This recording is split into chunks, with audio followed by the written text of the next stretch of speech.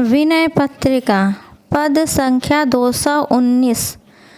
द्वार हो भोर ही को आज, द्वार हो भोर ही को आज, रटत रिहा आरी और ना कौर ही ते काज, द्वार हो भोर ही को आज।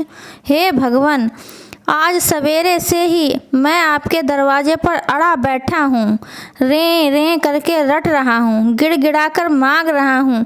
मुझे और कुछ नहीं चाहिए, बस एक कर टुकड़े से ही काम बन जाएगा। जरा सी कृपा दृष्टि से ही मैं पूर्ण काम हो जाऊँगा। कली कराल दुकाल दारुण, सबको भांति कुसाजु, नीच जन मन ऊंच जैसी, कोढ़ में की खाज। यदि आप यह कहें कि कोई वह उद्यम क्यों नहीं करता, गिड़गिड़ाकर भीख क्यों मांगता है, तो इसका उत्तर यही है कि इस भयंकर कलयुग में उत्तम साधन रूपी उद्यम का बड़ा ही दारुण दुर्भिक्ष पड़ गया है। जितने उद्यम और उपाय साधन हैं सभी बुरे हैं, कोई सा भी निर्विघ्न पूरा नहीं होता। इससे आपसे भीख मांगना ही मैंने उचित समझा। कलयुगी मनुष्यों की करतूत तो नीच है, दिन रात विषयों के लिए ही पाप में रत रहते हैं और उनका मन ऊंचा है। चाहते हैं कि सच्चा सुख मिले, परंतु सच्चा मोक्ष रूपी सुख बिना भगवत कृपा हुए मिलता नहीं।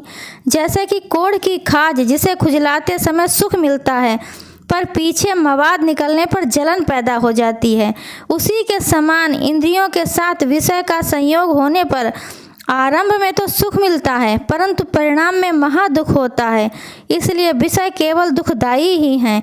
इसी बात को समझकर मैंने किसी भी उद्यम में मन नहीं लगाया। हरि ही में सदै बूझो जाई साधु समाज, मोह से कहू कतहु कहू तिन कहो कौशल राज, द्वार हो भोर ही को आजू।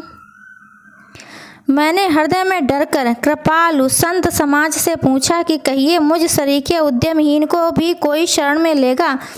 संतों ने एक सुर में यही उत्तर दिया कि एक कौशलपति महाराज श्री रामचंद्र ही ऐसे हैं, ऐसे को शरण में रख सकते हैं। दीनता दारिद दले को कृपा बारिधि बाजू, दानी दशरथ राय के तू बानियत सिरताज।